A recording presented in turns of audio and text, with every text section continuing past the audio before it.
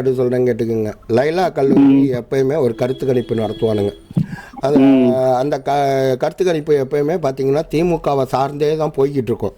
நீங்கள் நல்லா பார்த்தீங்கன்னா தெரியும், ஆரம்பத்தில் இருந்த திமுகவுக்கு அதிகமான சப்போர்ட் பண்ணக்கூடியது லைலா கல்லூரி. அவங்க இந்த கருத்து கணிப்பில் நீங்கள் பார்த்தீங்கன்னா முதல் இடத்துல விஜய், அதாவது முதல் இடத்துல ஸ்டாலின், இரண்டாவது இடத்துல விஜய், மூணாவது வந்து சம்திங் அண்ணாமலை, இந்த மாதிரி, நாலாவது உதயநிதி. இந்த உதயநிதி இங்க கொண்டு வந்த நீ அதை யோசிச்சீங்களா நீங்க?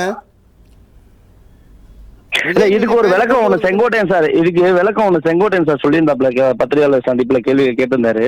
இந்த லைலா காலேஜ்ல வந்து கருத்து கணிப்பு 2வது இடங்கிற சொல்லி வந்திருக்குது, இது எப்படி நீங்க பாக்குறீங்கன்னு அவர் சொல்லும்போது அவர் சொன்னாரு, 2016 வந்து இதே கருத்து கணிப்பு இப்படிதான் சொன்னாங்க, ஆனா அன்னைக்கு ஆட்சி அமைச்சது அம்மா தான் அமைச்சாங்க, அது மாதிரி இந்த கருத்து கணிப்புங்கிறதெல்லாம் வந்து இதுல நாங்க தான் வந்து ஆட்சி அமைப்போம்னு சொல்லி டிவிக்கு ஏதோ ஒரு சொல்லிட்டு போயிட்டாரு.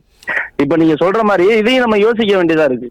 அதாவது நீங்கள் கருத்து கணிப்புங்கிறது ஒரு பக்கம், சரிங்களா, மக்களுடைய மனநிலைங்கிறது ஒரு பக்கம், சரிங்களா.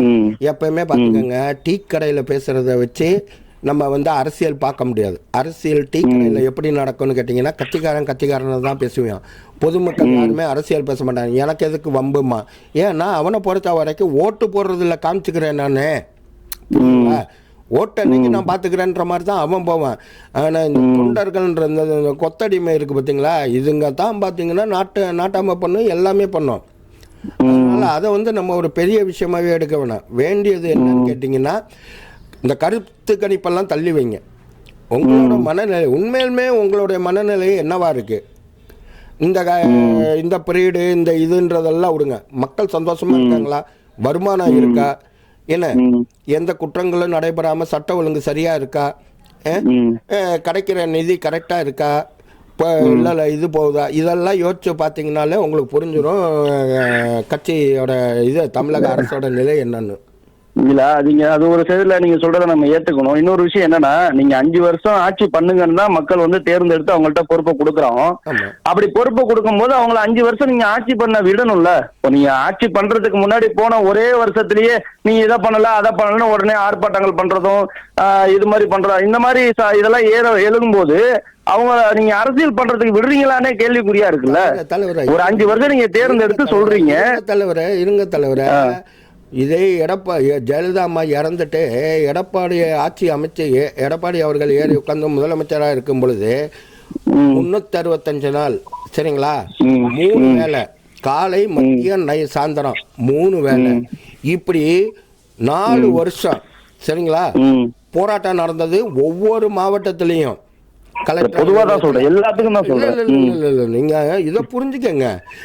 ஒரு சின்ன விஷயம், மணிப்பூர்ல ஒரு சம்பவம் நடந்தாலும் இங்க குதிச்சாங்க, சரிங்களா, உத்தரப்பிரதேசத்துல ஒரு பிரச்சனைனாலும் இங்க குதிச்சு நாட்டையே வந்து என்ன பண்ணானுங்கன்னா எந்த நேரமும் ஒரு பரபரப்பாவே வச்சிருந்தாங்க.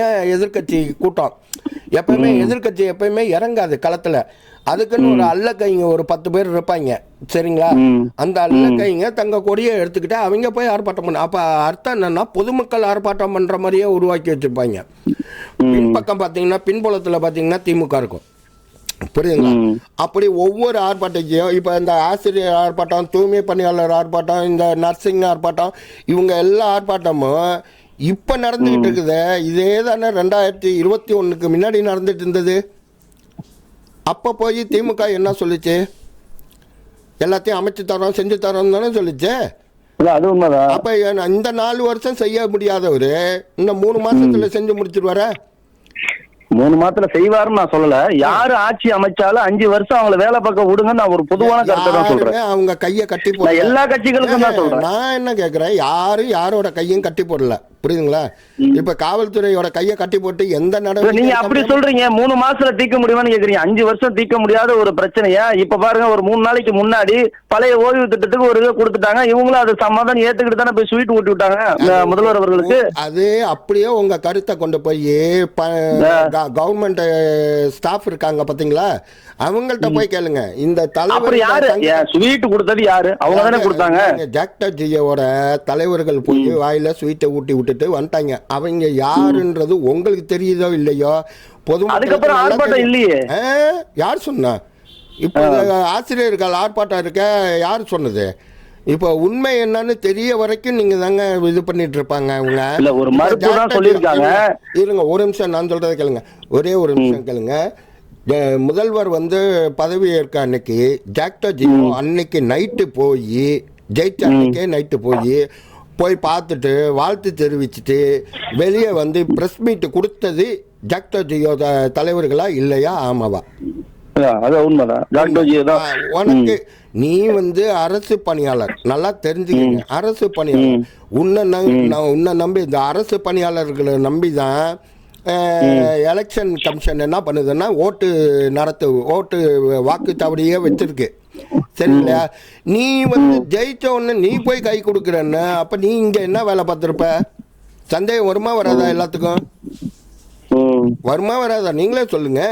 இப்ப தனிப்பட்ட முறையில வேலைங்கிறது வேலை, அவங்களுக்கு பிடித்ததுன்னு ஒண்ணு இருக்காதா? நான் பிடிச்சது நீங்க ஒரு பத்திரிகையாளர், நம்மளோட ஆசிரியர்னு வச்சுங்க. இப்ப உங்களுக்கு தனிப்பட்ட முறையில உங்களுக்கு விருப்பம் இருக்கும்ல. இப்ப நீங்க உங்களுக்கு ஒரு பொதுவான வாழ்க்கையில ஈடுபடுறீங்க, அந்த வேலையை செஞ்சு முடிச்சுட்டு உங்களுக்கு விருப்பமானவங்களுக்கு நீங்க வாழ்த்து சொல்ல தானே செய்வீங்க. அது வாழ்த்துங்கிறது நேரா போய் ஊட்டி விடுறது இல்ல இவரை, நீங்க நல்லா புரிஞ்சுக்கோங்க. இப்ப டிரான்ஸ்போர்ட் கார்பரேஷன் இருக்கு இல்லையா, அது வந்து யாரோடது? டிரான்ஸ்போர்ட் வந்து மாநகராட்சி தான் சொல்றீங்க. மாநகராட்சி இல்ல, கவர்மெண்ட், தமிழ்நாடு கவர்மெண்டோடது. தமிழ்நாடு கவர்மெண்ட் மாநகராட்சி. இப்ப சமீபத்தில் ஒரு பிரச்சனை ஓடிக்கிட்டு இருக்க, என்னன்னு தெரியுமா உங்களுக்கு? டிரான்ஸ்போர்ட் இதுல பஸ்ல தமிழ்நாடுன்ற பேரை எடுத்துட்டாங்க, வெறும் அரசு போக்குவரத்து கழகம். யாராவது கேட்டீங்களா? இது வரைக்குமே யாருமே குரல் கொடுக்கலையே. யாருமே கொடுக்கலன்னு சொல்லாதீங்க. இது இப்ப நாம் தமிழர் கட்சி எடுத்து செஞ்சுட்டு இருக்காங்க. அதை பண்ணாதீங்க. ஏன் கேட்கல நீங்க? ஏன் எடுத்தீங்கன்னு தான் நான் கேட்கிறேன்.